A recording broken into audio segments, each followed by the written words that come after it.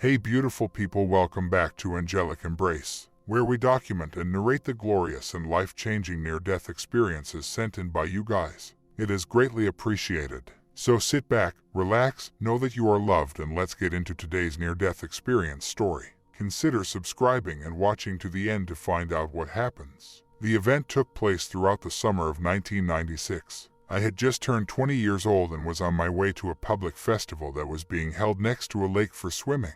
I was with my partner at the time as well as a few other folks. Around 10 o'clock in the evening, there was a pleasant summer warmth. My partner and I were out for dinner when we decided to go to a restaurant. After we had finished eating, he turned to me and inquired about the peculiar red spots that were located on my neck.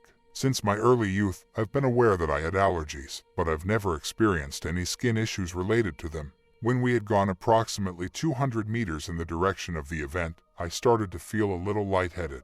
When we got to the festival gate, I passed out for no apparent reason. I recall there being complete darkness in front of my eyes and the sensation that my legs were giving out. I was still able to pull myself up by reaching for the jacket that belonged to my boyfriend. When he turned around, he noticed that my eyes were looking in the opposite direction.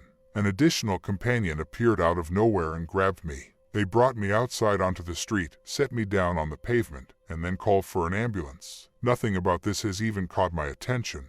I was startled when I heard a buzzing sound, followed by a soft plop sound. A doorway in my head provided access to the afterlife for me. This took place without any intervention on my part, it just took place automatically. I found myself in the middle of a pitch-black void, which was a little unsettling.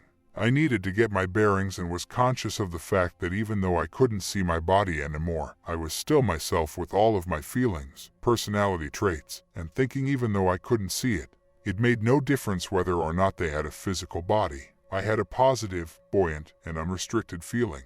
I was nothing but consciousness itself. I had a sharp intellect, an iron will, and a keen perception of the world around me. In addition to that, I possessed extraordinary skills that simply do not exist in the real world. Everything around me was pitch black and seemed to go on forever. This darkness did not give off a creepy or desolate vibe at any point. On the contrary, I was experiencing a steady improvement in my state of health. I was more myself than I had ever been, and I was conscious of the fact that my body was on Earth. I proceeded to climb higher and get further away from it. I was also curious about how I had such information. I was conscious of the fact that I had shed my earthly body like a pullover that one removes before going to bed. As if it were a part in a movie, I was able to step out of the role that I had been playing in this life on Earth. And at this point, I was back to being myself, which was a very empowering experience. The void could literally be described as infinite. There was neither time nor space in the conventional sense that we are familiar with on this planet. But despite this, everything was exactly how it should have been and felt extremely familiar. I started to make my way through the bottomless void that surrounded me. With just a thought, I could beam myself right into the middle of this infinite space. All that was required of me was to think, I want to go over there, and suddenly I found myself there. I felt as though I was flying through the darkest parts of the universe. I was also able to change the size of my own body. At times I shrank myself, and at other times I expanded almost to the point of infinity. That was an amazing experience, and it encouraged me to experiment with even more things. I liked how vast and limitless everything was. I had an unexplainable sense of well-being, along with security and limitless freedom. This felt like the purest form of freedom and the most natural thing in the world. It was as if I had never done anything else in my life before. And at that moment, I realized that is my home, my original being, the original existence of all of us, the home of all of our souls. My roots run deep in these parts, and it is clear that this is where I should be. We all hail from this region, and it is certain that we will all eventually return. I had an overwhelming feeling of being at home and part of a community that permeated my entire being. I had achieved unity with everything. There are no words in the English language that can give me the possibility of describing this profoundly rooted knowledge, this memory, and this cherished sensation of being at home. This beaming back and forth with the ease of my thoughts, the expansion, as well as resting at a place and basking in the comfortable sensation, continued for quite some time, and during that time, I was aware that I still continued to move higher and higher. If I had to compare it to something that exists in the real world, I would compare it to a right angle of 45 degrees. My movements allowed me to play in this infinite space, but I was also directed and continually pulled up, much like I was on an autopilot. A gentle melody could be heard emanating from the depths of the dark universe at about the height of the middle. My attention was drawn to it despite the fact that it was initially quite distant and difficult to make out. The sounds were getting closer and louder as they got closer, and when they finally reached me, they permeated my entire being. This kind of music was foreign to me at the time. It had a strong sense of rhythm and melody, and it had an ethereal quality. Initially, I thought the music was a little off-putting. But the more the sounds and the rhythm permeated me, the more I became a part of the music and was merging with it. This continued until I was completely immersed in it. I couldn't help but move along with the beat of the music. I was moving in time to the beat of the music in a way that I had never done before. I had an amazing feeling, and I wished it could have lasted for the rest of my life. I had become one with the music, and I was dancing my way through the cosmos. This phase lasted for a considerable amount of time until the music started to become less prominent. It was as if the music had only been contained in one specific layer, and now that I was ascending to a higher level, I was exiting this sphere. I was no longer able to exert any control over the way I moved. Since I was flying with the autopilot engaged and still climbing, I was unable to accurately gauge my speed. As I got closer and closer to my destination, I couldn't help but feel excited. It was a sensation similar to that experienced shortly before crossing the finish line. But it seemed as though the memory of my current life was fading the further I moved away from my body. It was as if I was losing touch with it. The ride came to a stop all of a sudden after it had been slowing down. I was irritated because I didn't want the experience to end. I was aware that on the other side of this boundary lay satisfaction. It was the place where our spirits lived. It was my most cherished home. It was the place where I came from. It was the source of everything that makes me who I am. It was simply everything. I had several opportunities to beam myself past the barrier, but none of them were successful. During the time that I was struggling with this, a voice emerged from the depths of the universe. At first, it was quiet and appeared to be quite a distance away, but then it moved very quickly toward me and grew increasingly louder until it was nearby and resounded from all directions around and through me. It was a man's voice. It was crisp and distinct. It was authoritative and decisive. The voice told me that she could not proceed in this manner. "This is where you should get off." I was curious about who was on the other end of the line, but I didn't think to ask the voice that was speaking to me. I was also perplexed as to how this voice was aware of my nickname. However, rather than asking, I responded with, "But I want to." I was taken aback by the fact that I felt the need to assert my will in the face of such a potent presence. Again, the voice repeated, "You are unable to remain. You are required to depart." Even though I was in a state of extreme shock, the words "wild horses couldn't drag me there" came tumbling out of my mouth. And I got scared about the words that I was about to say, but at this very moment, I really did feel this way. The thought that I could just turn around and go back to my old life now that I was so close to home was devastating. It was more of an inner sight than anything else. I can't say that I actually saw what happened after that in the way that people with human eyes see things here on Earth. I looked over to see my boyfriend supporting my legs while yelling my name and saying, "B. I found myself suddenly inside of him, in his chest, where I could feel his anguish as well as all of the love that he was feeling for me. This sensation was incredible and overpowering all at once. I had never before or since experienced anything like that sensation. It was a feeling of such a love. It was as if all of his love throughout the ages and all of the love in the universe were combined into one sensation. And it said to me, 'He loves you and is waiting for you,'" the voice continued. "After much deliberation, I came to the conclusion that he will get over it, and he can continue his life without me." Once more, the severity of my choice filled me with dread and anxiety. Then, before my inner eye, my parents appeared, and a voice said, "Your parents need you, and you have to take care of them." When I thought about my mother, I realized that she would require some time to get over the fact that I had passed away, but I also felt hopeful that she would be able to comprehend the choice that I had made. As a result, I responded by saying, "With the passage of time, she will also triumph over this, and the two of them will get along without me." My choice was crystal clear. I desired to travel beyond the border and return to my home. "No, you have to go back," the voice replied with an even tone but with a firm insistence. "You still need to finish the work that you started." This was something that eluded my comprehension.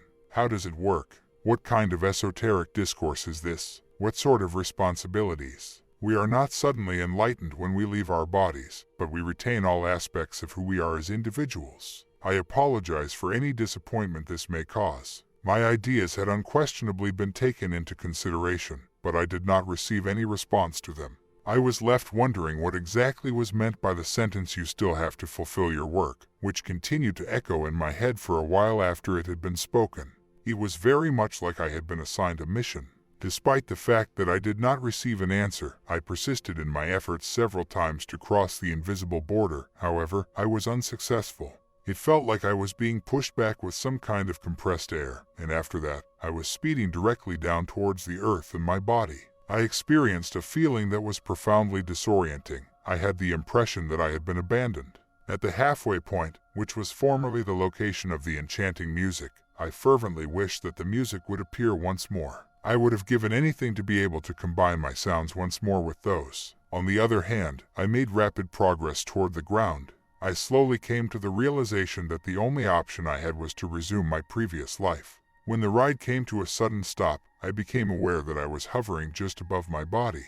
At last, I submerged myself in my own body. It was dark, but not the same darkness as the infinity of the universe. It was a different darkness. It was dark, and I had the impression that I was getting lost. I had the sensation of being stuffed into a sausage, and I wondered to myself, is this so narrow because I'm too thin? At the same time, it was extremely narrow. My response to myself was, yes, even if your width is 1 meter, it is always narrow. I experienced what felt like a severe physical pain in the form of a tightness. Along with that, I was overcome with the most excruciating case of homesickness imaginable, as well as an overwhelming sense of hopelessness, thinking to myself, now I will have to continue this life until it comes to an end.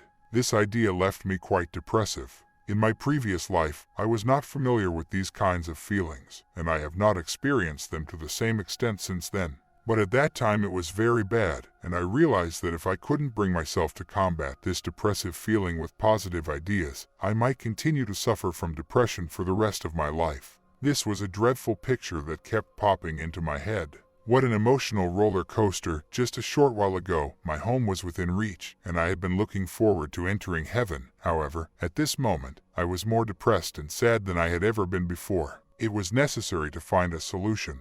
I could not continue living like that. Consequently, I endeavored to muster up some bravery. I diligently searched through my emotions for signs of progress until I discovered some. Optimistic feelings were triggered by memories from my present life that surfaced. Up until this point, everything in my life had been going swimmingly. In fact, it had even been beautiful. And then I thought about my friend, his love, and his fear, both of which I had been feeling while I was up there, and I started to worry about him. I wanted to reassure him that everything was fine, that I was fine, and that he shouldn't worry about me. This sensation inspired me to work harder. The depressed mood I'd been experiencing disappeared all of a sudden. This made me happy, and it gave me the motivation to get up and start the day.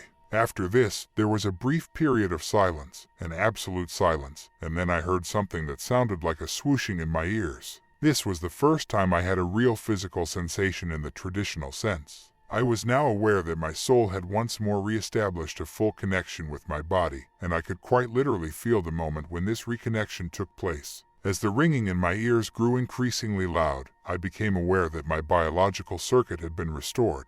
The noise eventually subsided, and I was able to make out the various sounds associated with the celebration.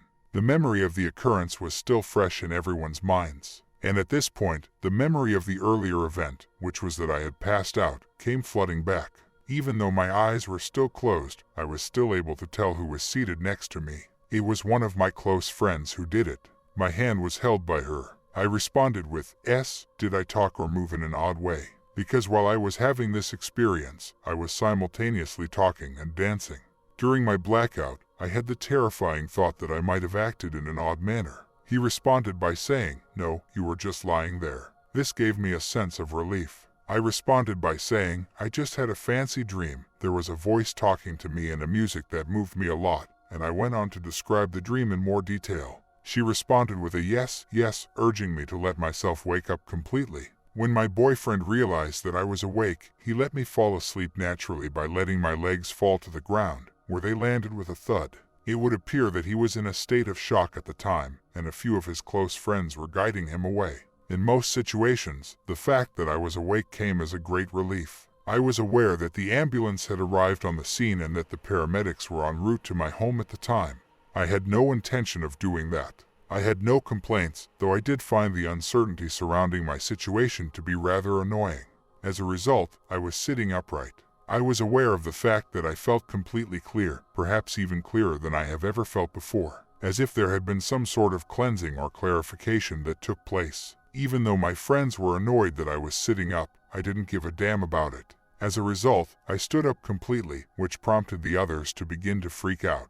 Now that my boyfriend had also returned, he wanted to help me get my life back on track. I had a hard time persuading him that I was in good health despite my appearance. I even felt great. I desired to take part in the celebration and have a good time. In honor of my fantastic condition, my recently acquired lucidity, and my years of experience. On the other hand, this wouldn't take place. Friends of my boyfriend's offered the following piece of advice to him: you better take her home. Therefore, he brought me to my house. While I was driving, I looked up into the night sky through the open window of the car and said to myself, I've just been up there.